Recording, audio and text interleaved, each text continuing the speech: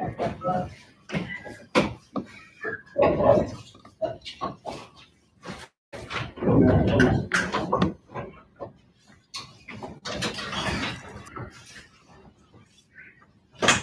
afternoon.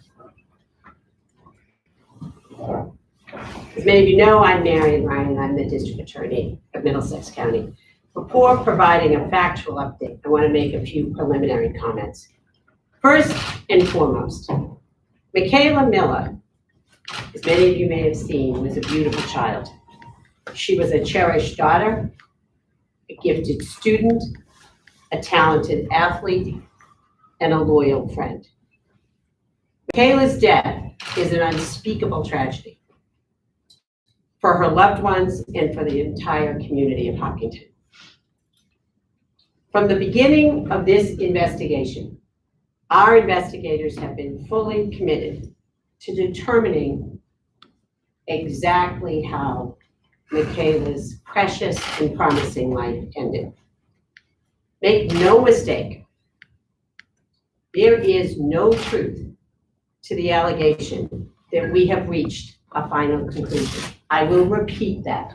There should be no mistake that any comments that we have reached conclusions in this case are false.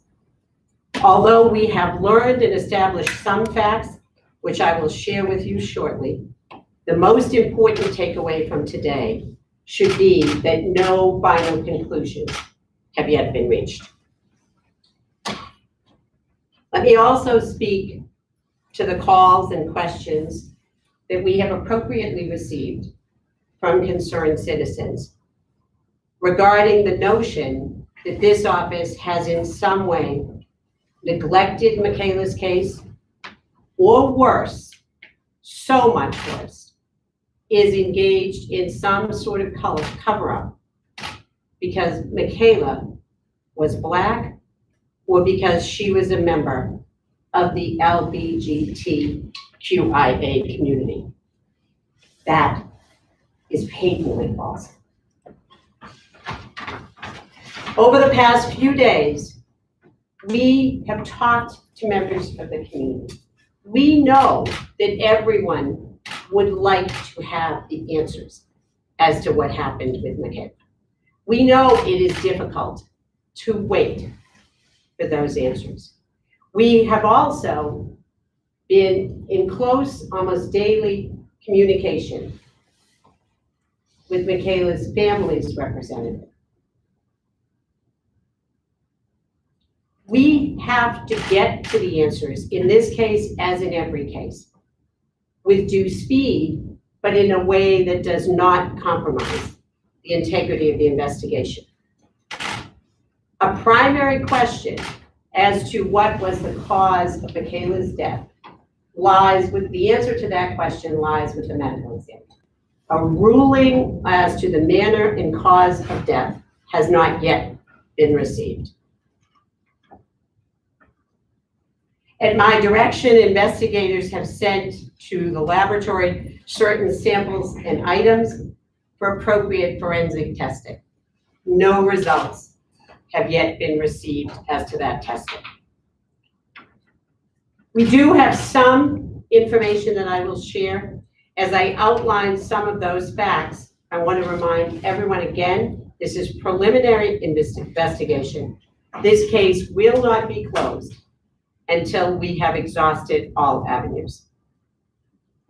As this case involves juveniles, there are also some limits as to the information we can provide.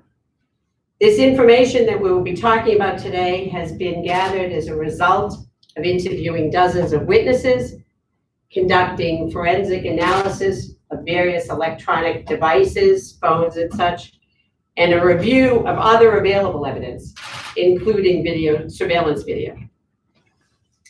I'd like to begin by providing a timeline of events beginning on Saturday, April 17th, continuing into Sunday, April 18th.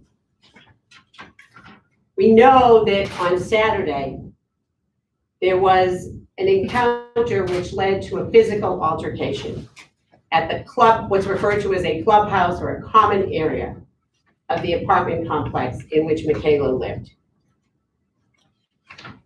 We know that that occurred sometime between 5:17 p.m. and 6:41 p.m. based on cell phone data, text messages, and GPS data.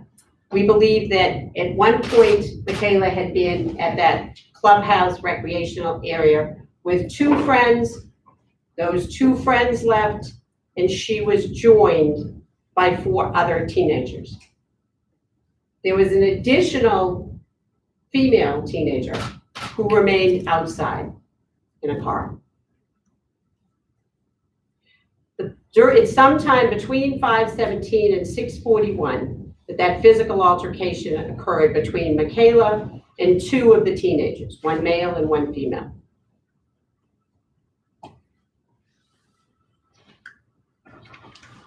We know that after the physical piece of that altercation, Mikayla and the 4 teenagers spent about 20 minutes together, continuing to be together in that clubhouse. At 7:20 on Saturday evening, the Hopkinton police were dispatched to Mikayla's home after her mother had called and reported to police that her daughter had been jumped. When interviewed by the police, Mikayla reported that during that physical altercation a short time before, she had been pushed and punched in the face. Officers noted that she had a mark of blood, some blood on her lip, consistent with what she told them. The investigation into that assault remains open, and there are no charges pending on that at this point. At 7:43 that evening, the Hopkinton police left Mikayla's house and they went to the residence of one of the females who had been involved in the altercation, took a statement. They then returned to the apartment complex and observed some damage both inside and outside of the clubhouse, which they photographed. Mikayla at this point was still at home in her apartment with her mother.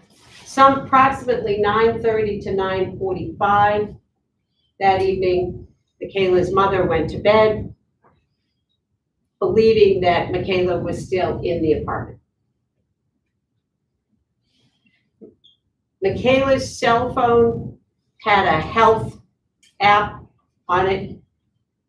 That phone indicated that between 9 and 10 p.m. on Saturday night, the phone traveled a distance of 1,316 steps. That distance of 1,316 steps is approximately the distance between Mikayla's home and the place where her body would subsequently be located. And it was at approximately 7:45 on Sunday morning, the 18th, that an individual jogging in the area of 34 West Main Street in Hopkinton located Mikayla in the woods off of a walking path and reached out to the police. When Mikayla was discovered, her phone was on her person and her backpack and other belongings were close by.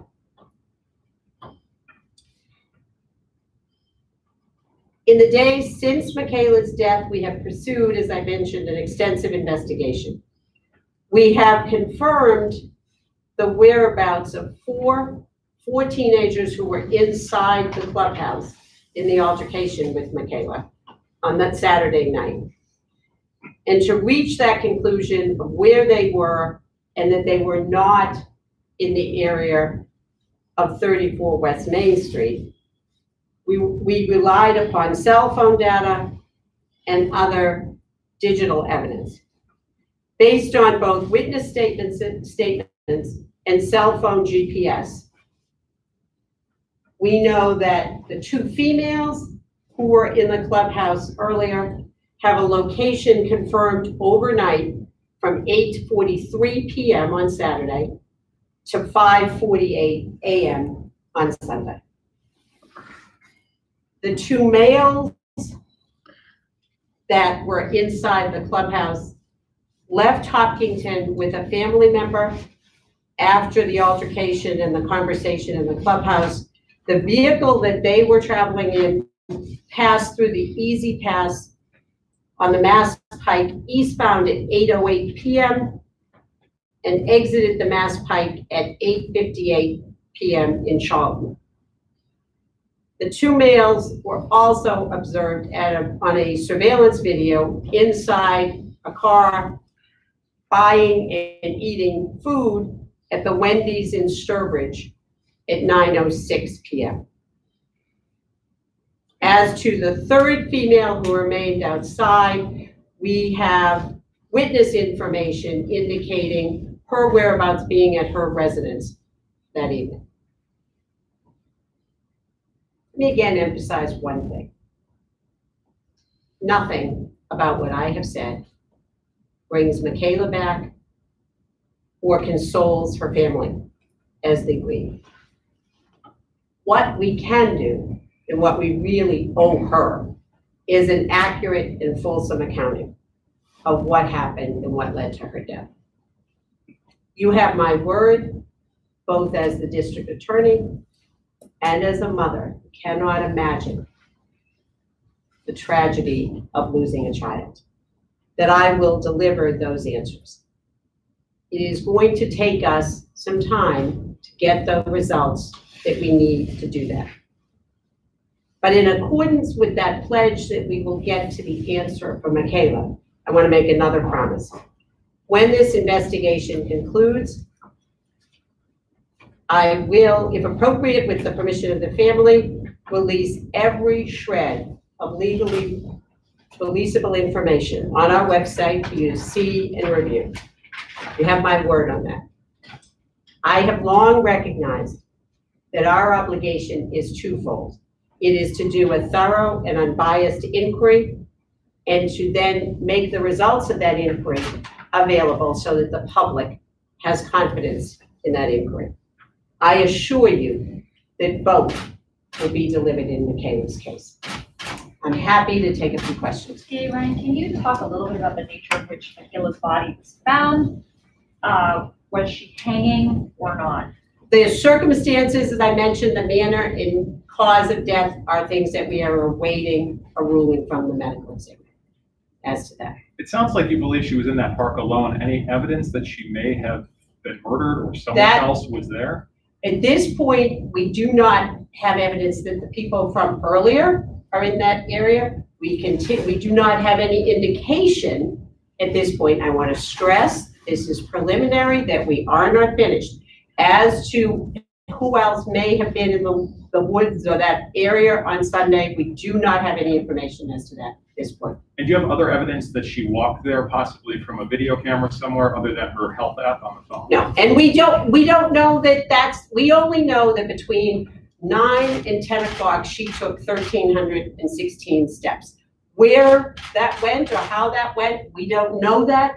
We do know that that distance is approximately the distance from her home on Revolutionary Way to where she was found. And was her girlfriend among those teens who were at the clubhouse? It's our understanding that one of the females there is someone with whom there was a relationship. And do you know if she was inside or that female who was outside? She was inside. It's our understanding that that person was one of the females inside. Had a physical altercation with her, or? She was present inside the clubhouse as it's being referred to. And just to be, I know there have been some questions as to whether this was a clubhouse in the nature of a boys and girls club or some kind of supervised. This is an apartment complex. There's a really lovely kind of common building area, pool table, seating. I believe particularly relevant, it had Wi-Fi in that building. So that's what we're speaking of. This is not a place where people were being supervised in some way. You still have no reason to believe that Mikayla was murdered, despite what people in Hopkinton are saying right now. Can you say that?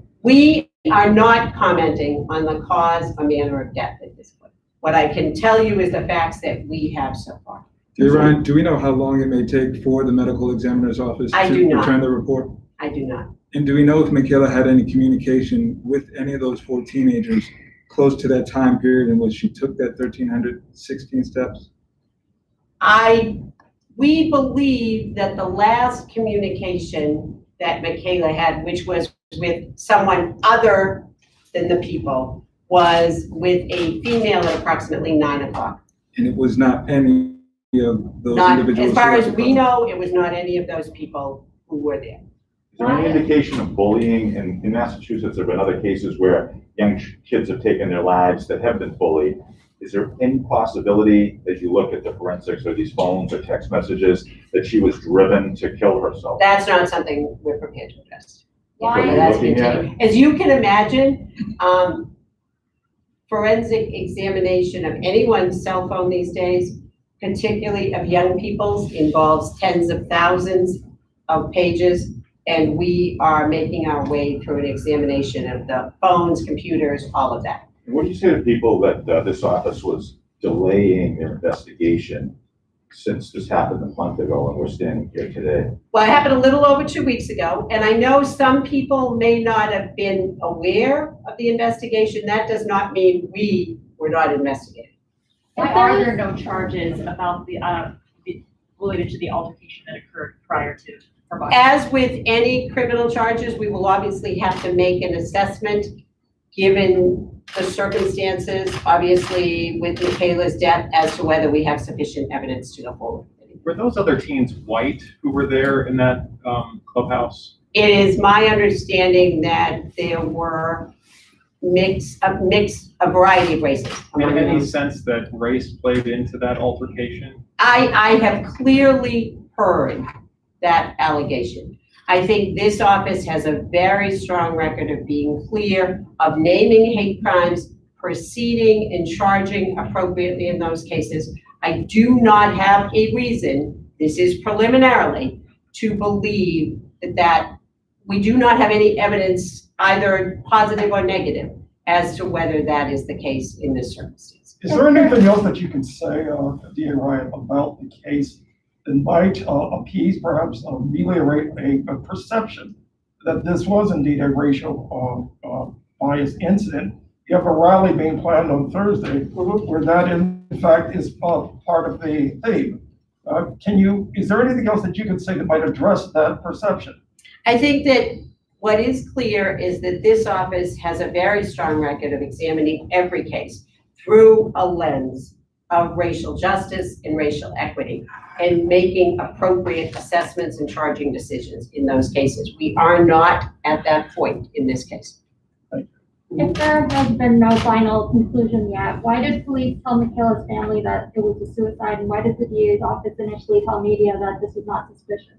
Very often, as everyone knows, things may appear to be one thing and then we learn more information. I think that is why initially we always indicate this is at this time. Clearly, often things come to light as we proceed further in this case.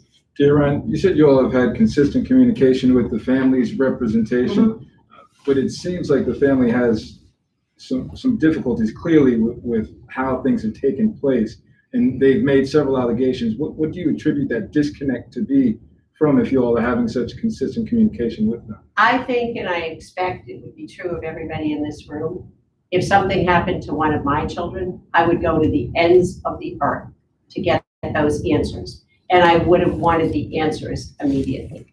So I completely sympathize. I cannot say I understand, and I think we all hope we're never in a position where we have to understand losing a child and feeling that the answers are not coming quickly enough. I understand that you certainly would want to know immediately exactly what would have happened in your child's last moment. And it is a great disappointment always that we cannot immediately give families those answers. I completely understand that. And that all a family wants to hear is tell me why, tell me how, tell me what those last few minutes were like. So that is something I think that is a universal reaction. I don't expect that us saying we are awaiting a ruling from the medical examiner or we're waiting results from the lab gives much comfort to a family when they are waiting for answers. Were there any objects found by Mikayla's body that would seem out of place? Because earlier today, her mother said that a belt was found around. We are not at this point prepared to comment as to the situation or the circumstances surrounding that scene. I would have one more Is there a question. delay in the ME's report here? I mean, what and why? It is always the case that the medical examiner's office is conducting testing, they're doing all that they do, whatever is appropriate under the circumstances for them to get to that. Many of you have obviously been on other cases where we wait some period of time for that result. There's absolutely nothing unusual or different in this case about the fact that we are waiting. Just for clarification, I know it was considered not suspicious early on. Has that now changed? How would you characterize? We are committed to getting a complete and fulsome answer as to what happened to Mikayla. Thank you all. Thank you. Stay well.